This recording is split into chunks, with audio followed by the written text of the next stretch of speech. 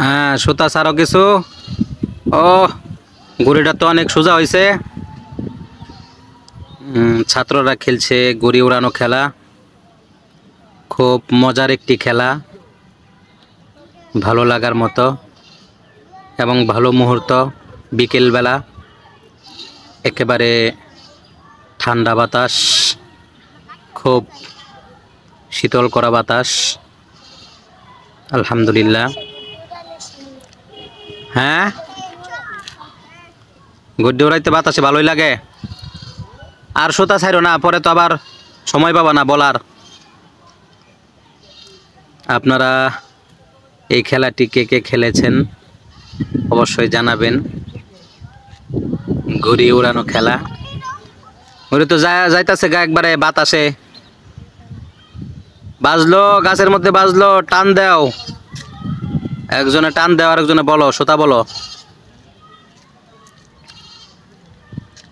বাতাস বেশি, ঠিক না?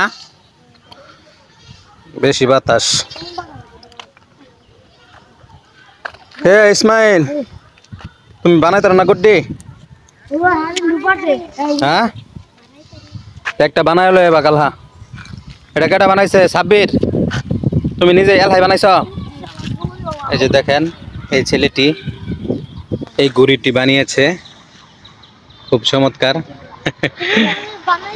ছোট ছেলে কত সুন্দর করে গুড়ি বানিয়েছে।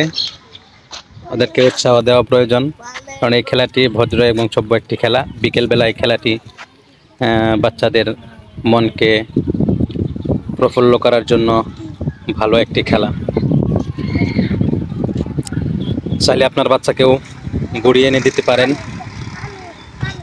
এইখান থেকে একটি শিক্ষারও বিষয় আছে। গুড়ি যত দূরই উড়ুক, যত দূরই যাক, রশি কিন্তু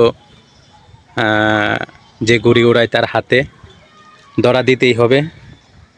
আমাদের জীবনটা যেমন আল্লাহ পাক আমাদেরকে সৃষ্টি করে দুনিয়াতে ছেড়ে দিয়েছেন, আমাদের জীবনের রশিটা আল্লাহ তাআলার কাছে একদিন না একদিন অবশ্যই ধরা দিতে হবে।